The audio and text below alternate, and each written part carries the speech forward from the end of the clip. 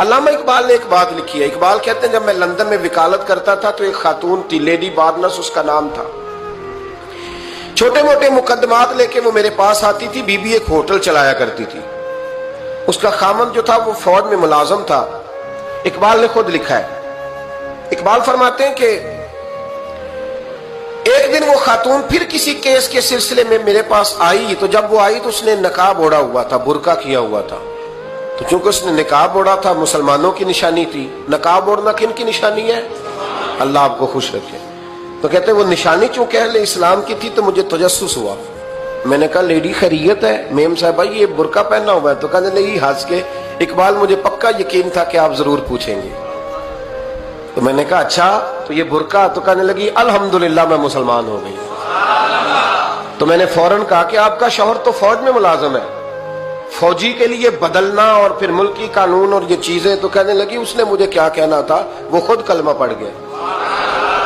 تو کہتے ہیں میں اور متجسس ہوا. وہ کیس کی بات کرتی تو میرا تجسس بڑھ گیا. میں نے کہا تو کیس چھوڑ یہ بتا کلمہ کیسے پڑھا؟ تو کہنے لگی اقبال اصل بات یہ ہے کہ میں نا بے اولاد تھی, خامد بھی بڑے اچھے پیسے کماتا, میں خود بھی ہوٹل چلاتی, پر ڈپریشن اور ٹینشن اور بلا وجہ کی پریشانیاں جان نہیں چھوڑ. یہ ٹینشن اور ڈپریشن کا نا مجھے عربی ترجمہ کوئی نہیں ملا.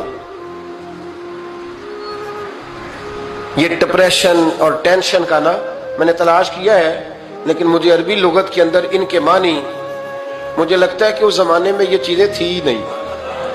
ہوتی تو ان کا کوئی نام بھی, یہ آج ہے نا تو اس لیے آج کے زمانے میں ہی نام ہے مفت کا, مفت کی پریشانی. تو کہتی ہے مجھے ٹینشن اور ڈپریشن رہتی تھی ہر وقت, بڑی میں پریشان رہتی تھی. میرے ساتھ ایک عجیب واقعہ ہوا کہ میرے ہوٹل میں نا ایک بابا جی برتن مانجتے تھے. بوڑھے آدمی تھے, 70 سال کے قریب عمر تھی. ان کا ایک بیٹا تھا, ایک بہو تھی, ایک پوتا تھا, لیکن وہ بیچارے بیٹا بیمار رہتا تھا تو لہذا وہ خود مزدوری کرتے. کہتے ہیں ایک دن وہ بابا جی میرے پاس آئے, کہنے لگے میم صاحبہ 2-4 دن کی چھٹی چاہیے. تو میں نے کہا خیریت ہے؟ کہنے لگے میڈم میرا بیٹا فوت ہو گیا. بیٹا, آپ کو پتہ ہے باپ کا جنازہ پڑھنا آسان ہے, بیٹے کا جنازہ اٹھانا بڑا مشکل کام. کہتی ہے میں کچھ لکھ رہی تھی, میرے ہاتھ سے قلم گر گیا. میں نے خود گاڑی بھیجی, بابا جی گاؤں چلے گئے جہاں وہ رہتے تھے. کہتی 2-3 دن کے بعد میں اور میرا شوہر گئے تو رستے میں ہم باتیں کر رہے تھے کہ کیا تعزیت کریں گے. ایک ہی بیٹا تھا, کوئی رشتہ دار بھی نہیں, تو اس کی تو کائنات اجڑ گئی, کن لفظوں سے اسے تعزیت کیا کہیں گے. کہتے جب ہم گئے تو وہ ٹوٹی ہوئی چٹائی پہ بیٹھا تھا, کچھ لوگ قریب تھے. ہم نے جا کے کہا بابا آپ مسلمان ہیں, ہم آپ کو کیا نصیحت کریں, ایک ہی بیٹا تھا, کہ کس طرح کر کے ہم آپ کو تسلی دیں. تو کہتے اس نے آنکھیں کھولی, بوڑھی آنکھوں میں ایمان کی روشنی.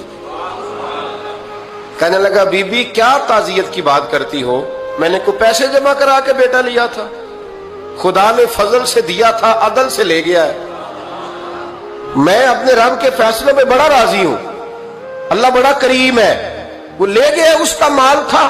آپ یقین کریں ہمارے دیہاتی لوگ یہ کہا کرتے تھے, میں نے کانوں سے سنا ہے. ایک بوڑھے آدمی کا ایک دفعہ بیٹا فوت ہو گیا تو کسی نے اس سے کہا بابا چھوٹی عمر میں بچہ چلا گیا تو مجھے لفظ نہیں بھولتے. کہنے لگے پتر اللہ دی فصل ہے, کچی وڈے تاوی ہو دیئے. سنے آپ نے بھی کبھی یہ فکرہ, کچی وڈے تے پکی لے گئے تے تاوی ایج ہو دی. تو جب اس کا جی چاہا وہ لے گیا. اللہ اکبر. وہ خاتون کہتی ہے کہ وہ بابا جی سے میں نے کہا کہ چلو آپ 1 مہینے کی چھٹی کر لے. تو کہنے لگا نہیں میڈم میں مسلمان ہوں, مفت کی روٹی نہیں کھاتا, مزدوری کر کے کھاتا ہوں, میں انشاءاللہ 2-3 دن کے بعد کام پہ آ جاؤں گا.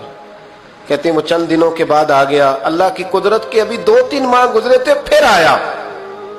میڈم چھٹی چاہیے کچھ دنوں کی. میں نے کہا خیریت ہے؟ کہنے لگے وہ میری بہو بھی ہارٹ اٹیک سے فوت ہو گئی.